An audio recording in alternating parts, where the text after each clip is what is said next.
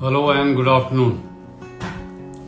So today is the second last of the sessions on the leadership traits, and today is very important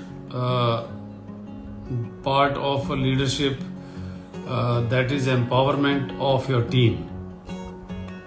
Empowerment of the team means that you give more responsibility, independence, flexibility, power, and authority to your subordinates, so that they feel bold enough to take decision whenever there is a requirement.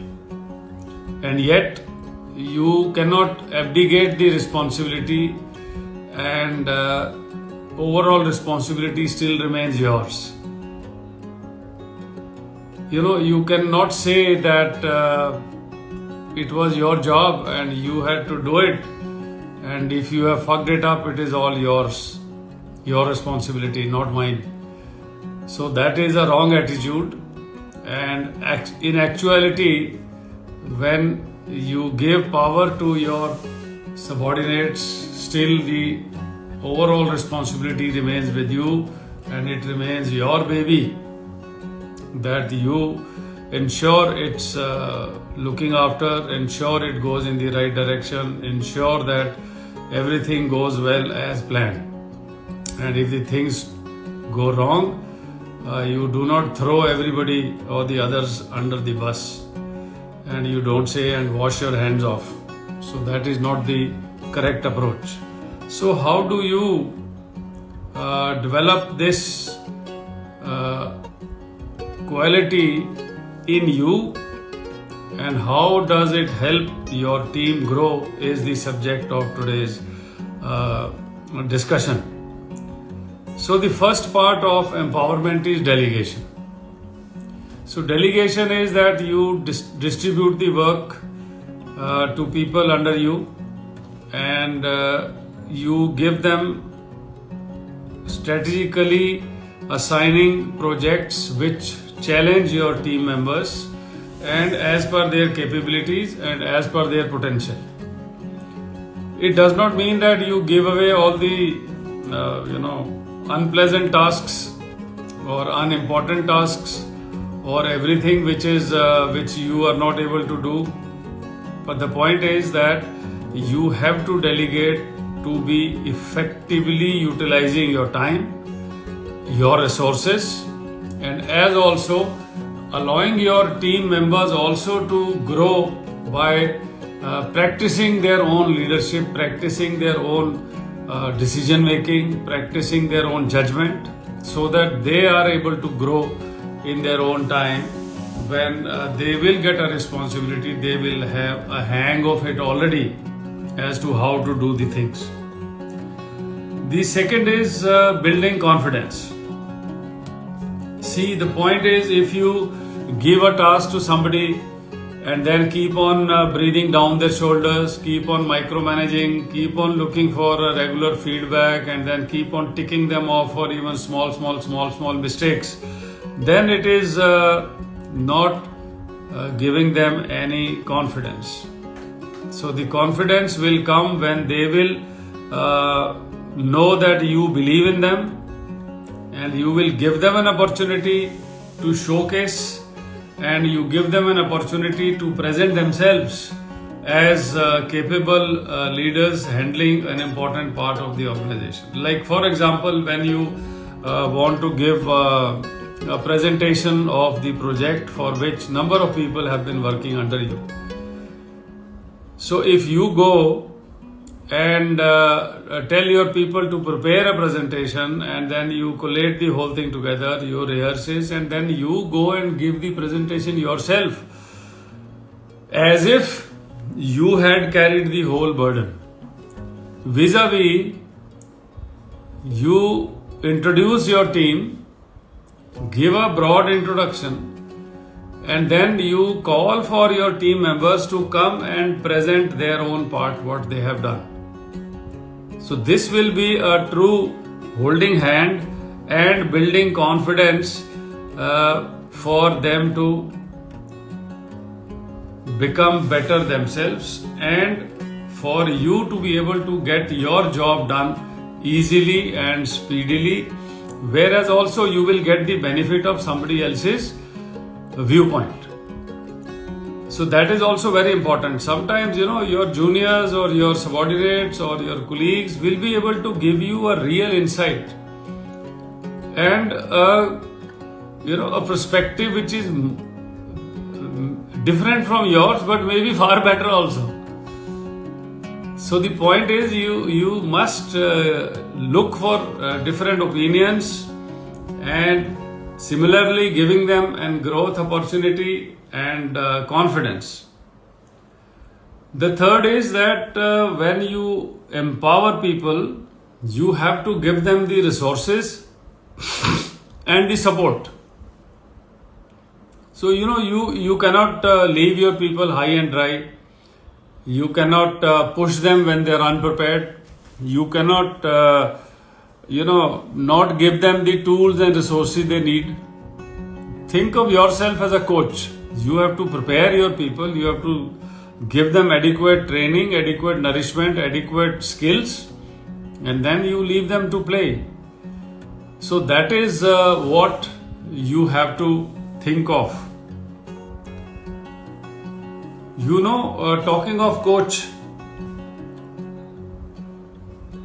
you would have seen various cricket matches where the coach is there.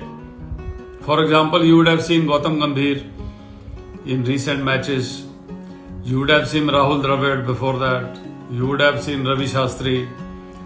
So they are not playing inside, they are not in the ground, but they are sitting outside. And when they are sitting outside, they are doing what? They are watching, they are observing, and they need to correct, they are correcting, giving a feedback. So when you are a very senior leader, more or less this should be your approach, because this is the way you can best use your experience and your time. When there is a need to practice, Ravi Shastri will be bowling also and Dravid will be showing batting also. But the point is, when the actual match comes, your team has to play. So you can be a captain of the team, you can be coach of the team, depending on the time, status and the type of the task. So both things you will have to play. So more often than not, possibly you will have to play like Dhoni when you are a captain also and you are a coach also. So decide for yourself what you have to be. But the crux of the point that I am making is that you have to let your team be independently work out and perform. Prepare them for it and then watch them perform.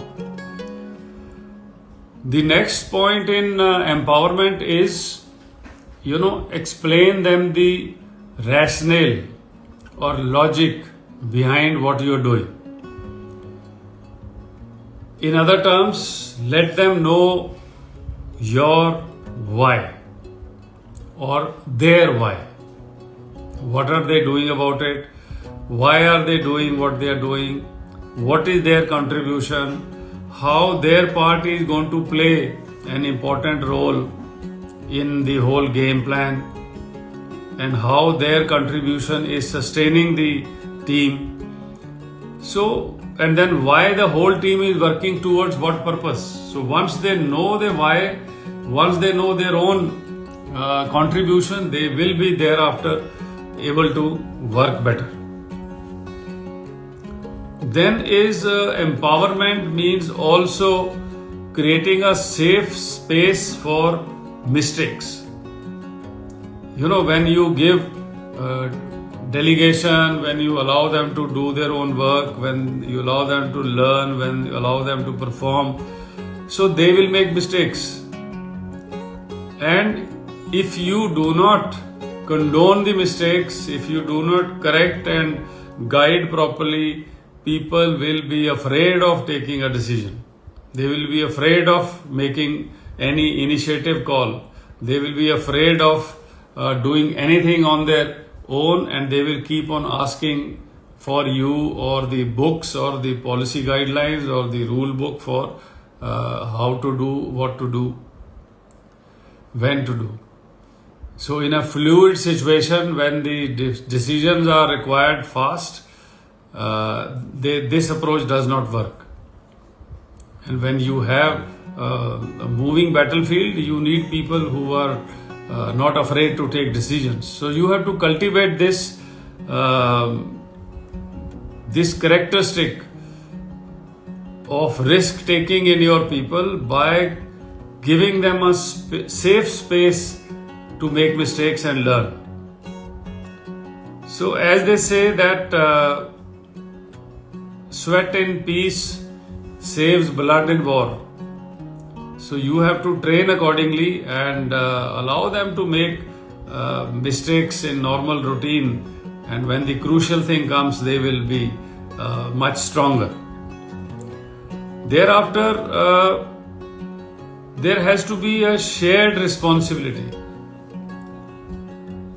It can't be that all the success belongs to the boss and all the mistakes are of somebody else or the other. So this is something which is normally the bane of everybody. Most of the leaders, they follow this. They look for their own growth. They look for their own kind of promotions and incentives and everything, and they project as if the whole team is their work, the whole output is their sole work, and then they are the ones who should get the bulk, and then the rest of the people should get the peanuts. So if you see the major company CEOs, the kind of bonuses they get, the kind of money they make, the kind of share values they elicit from their promoters and the owners, it is nobody's business. And if they have to go down, maybe they will not give a raise of even $1,000 to the normal clerical person or a lower junior manager. But the CEO will very happily take 600 million bonus in a year.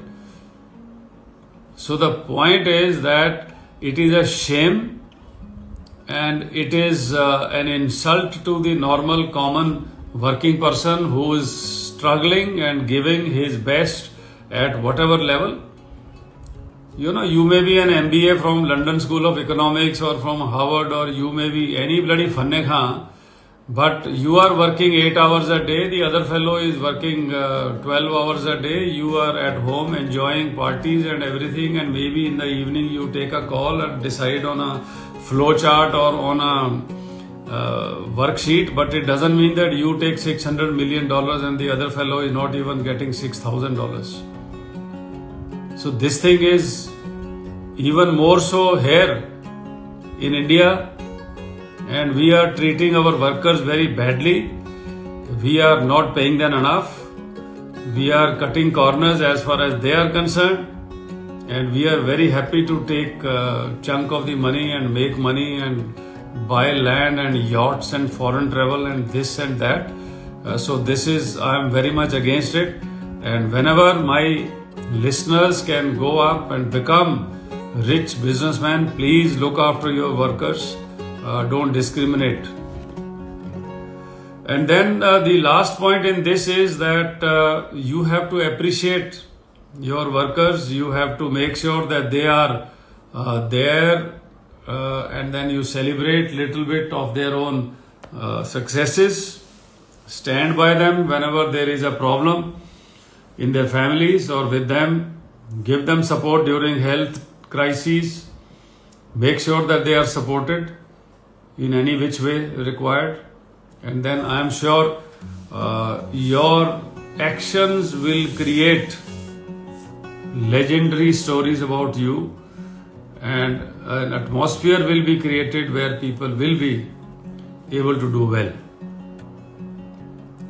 Now I'll tell you a story about my own early career. I was in para commandos, and then I became a non-para volunteer, went to infantry.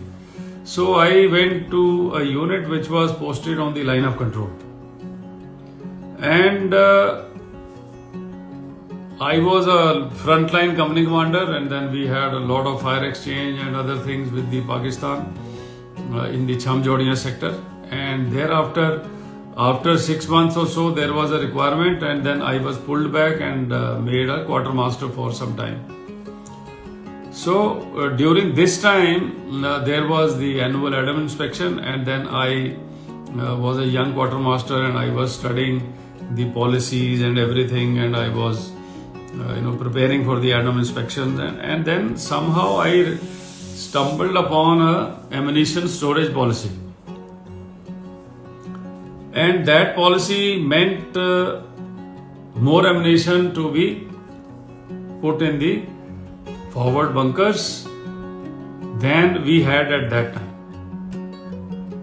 So I talked to my CO about it and showed him the policy letters and all, and then we slowly over a period of next 15-20 days, I made sure that whatever as per that document was there, required to be there, it was brought up, and we moved ammunition from the battalion base to the forward platoons and the companies.